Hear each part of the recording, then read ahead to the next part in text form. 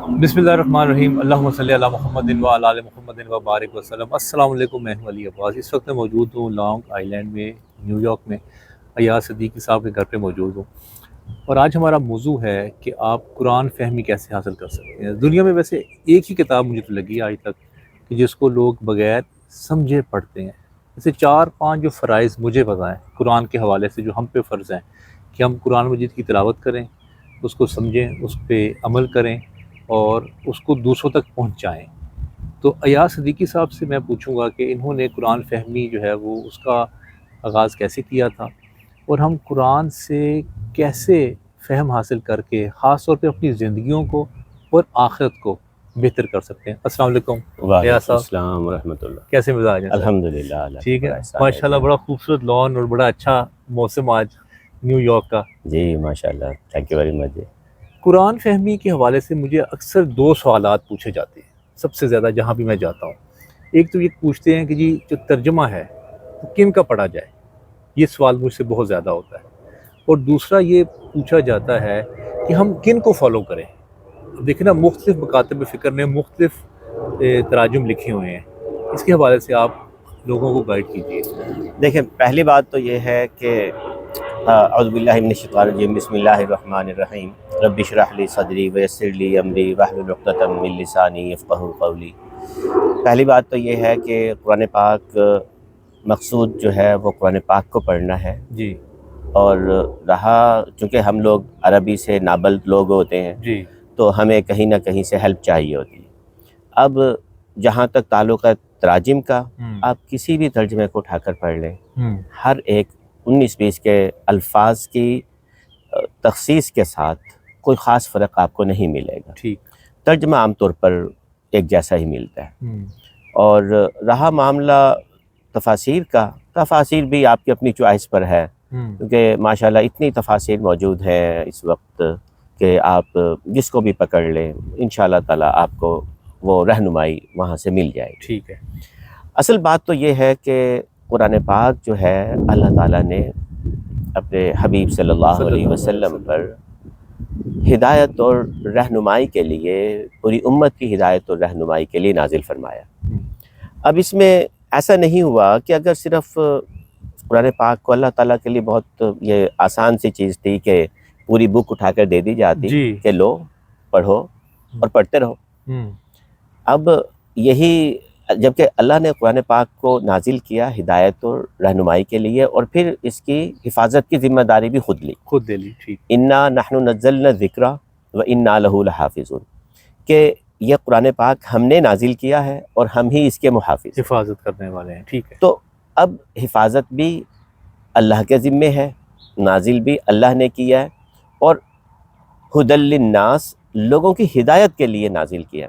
आप सूरह बकरा की पहली आयत देखें, अलिफ लाम मीम ज़ालिकल किताबु ला रैब फ़ीह हुदल लिल मुत्तक़ीन, ये मुत्तक़ीन की हिदायत के लिए। अब मुत्तक़ीन की फिर एक्सप्लेनेशन कर दी, अल्लज़ीना युमिनूना बिल गैबि व युक़ीमूनस सलाता व मिम्मा रज़क़नाहुम युनफ़िक़ून, कि वो जो अल्लाह पर ईमान लाते हैं गैब पर, व युक़ीमूनस सलाह, नमाज को कायम करते हैं, और जो हमने उन्हें रिज़्क़ अता किया उसमें से वो खर्च करते हैं। ठीक। अब यही बात मुख्तलिफ़ पैराए में मुख्तलिफ़ जगहों पर बयान की गई है कि ये हिदायत की किताब है, हुदल लिन्नास, अगर लोग हिदायत लेना चाहें उनके लिए भी हिदायत है, और हुदल लिल मुत्तक़ीन, अगर मुत्तक़ी लोग हिदायत लेना चाहें तो उनके लिए भी हिदायत है। अब एक और आयत है, अफ़ला यतदब्बरूनल क़ुरआन अम अला क़ुलूबिन अक़फ़ालुहा, कि तुम कुरान पाक में तदब्बुर इख्तियार क्यों नहीं करते, क्या तुम्हारे दिलों पर कुफल पड़े हुए हैं, ताले पड़े हुए हैं, और ये ताले, ये तदब्बुर और गौर व फिक्र के साथ ही खुलते हैं, इसके बगैर ये तदब्बुर हासिल नहीं होता। अब मामला ये है कि हमारा मिजाज जो है वो कुरान पाक के साथ, या हमारा मामला कुरान पाक के साथ कैसा है जी।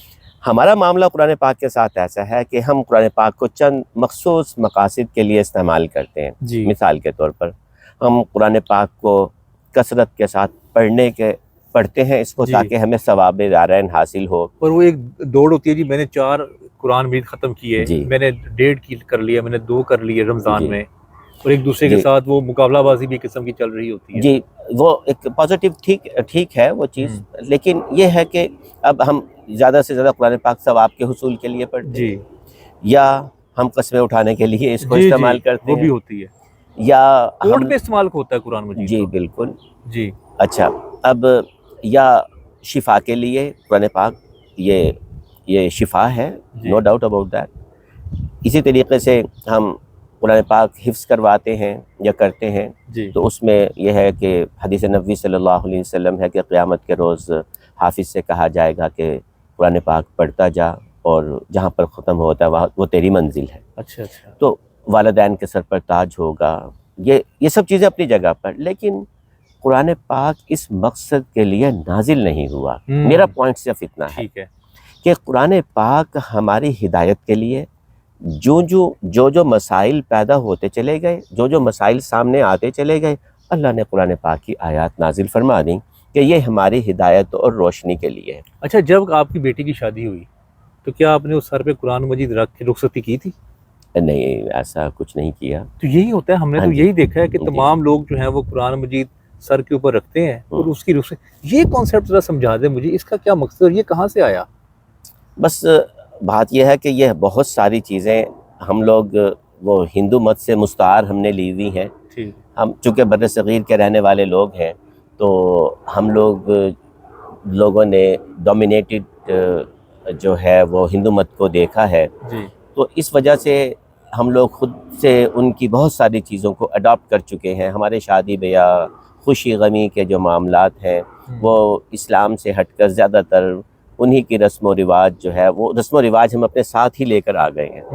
تو وہی چیزیں جو ہندو مت میں موجود تھیں وہی چیزیں ہمارے اندر آ گئی ہیں. اچھا، ویسے میں یہ نوٹ کر رہا تھا جیسے آپ نے فرمایا کہ ہم نے اس کی خود حفاظت کا ذمہ اٹھایا ہے. جی رشیا میں اور ازبکستان میں جب وہاں پہ جو بہت زیادہ سختی ہوا کرتی تھی ایک زمانے میں، مسلمان نہ نماز پڑھ سکتا تھا. جی 4 لوگوں نے اگر نماز پڑھنی ہے تو ایک اس سائڈ پہ کھڑا ہوتا تھا اور ایک اس سائڈ پہ کھڑا ہوتا تھا، تاکہ اگر کوئی فوجی آئے تو فوراً بتا دیں، کیونکہ وہ مار دیتے تھے. جی دوسرا، اگر قرآن مجید کسی کے ہاتھ میں دیکھتے تھے تو اس کو بھی قتل کر دیا جاتا تھا.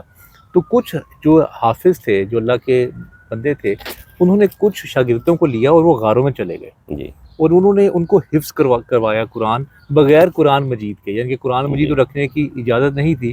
تو ایسے مقامات پہ بھی قرآن مجید کا جو حصول ہے اور جو ان کو حافظ کرتے ہیں، جو حافظ بنتے ہیں، وہ قائم رہا ہے دنیا میں. جی دیکھیں، یہ معروضی حالات جب اس طرح کے آ جائیں جی تو پھر جو اصول ہیں وہ بدل جاتے ہیں. ٹھیک ہے. اب یہاں پر جو وہ حفظ کر رہے ہیں تو وہ قرآن پاک کی حفاظت، یہی انا نحن نزلنا الذکر و انا لہ لحافظون والی جی. سچویشن آ جاتی ہے. لیکن بات یہ ہے نا کہ وہ تو اس پرپس کے لیے، اس مقصد کے لیے، اس وقت کے حساب سے ٹھیک تھا، لیکن جو ہم تو گفتگو کر رہے ہیں کہ آج کے دور کے حساب سے، اور پھر اسپیشلی میرا تو مخاطب جو ہے وہ نوجوان طبقہ ہے، کہ اب ہم لوگوں کے پاس دنیا کی تمام جو ہے انفارمیشنز موجود ہیں، ہماری تمام مصروفیات موجود ہیں، لیکن بینگ اے مسلم جی. جو ہمارے اوپر رسپانسبلٹی قرآن پاک کو سمجھنے کے حوالے سے ہے، وہ ہم نہ تو پیرنٹس پوری کر رہے ہیں ٹھیک. اور نہ ہماری نوجوان نسل پوری کر رہی ہے. ہمیں ضرورت اس بات کی ہے کہ ہم قرآن فہمی پیدا کریں. قرآن پاک میں بار بار لفظ استعمال ہوا ہے کہ افلا یعلمون، جی افلا تعلمون، افلا تشکرون، افلا تتدبرون، افلا یعقلون. تو یہ اللہ انسان کو سوچنے سمجھنے کی طرف متوجہ کرتا ہے. لیکن ہم لوگ چونکہ قرآن پاک کو صرف رٹا لگاتے ہیں، پڑھتے ہیں، جس کی وجہ سے قرآن پاک کا وہ امپیکٹ ہمارے اندر آتا نہیں ہے جس پرپس کے لیے کہ قرآن پاک کا نزول تھا، اور جو ہماری ہدایت اور رہنمائی والا معاملہ جو تھا وہ پیچھے رہ گیا.